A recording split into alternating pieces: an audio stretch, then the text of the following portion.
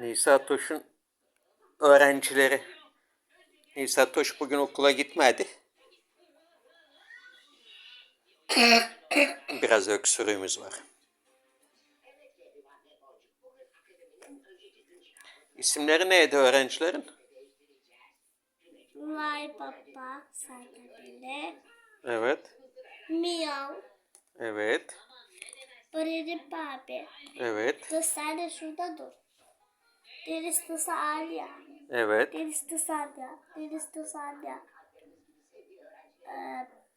Süpermen tıs. Evet. Ay, Süpermen tıs.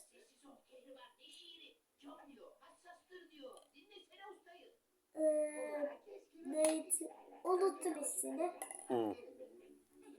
Bunun ismi denemek dedi. Çoğu da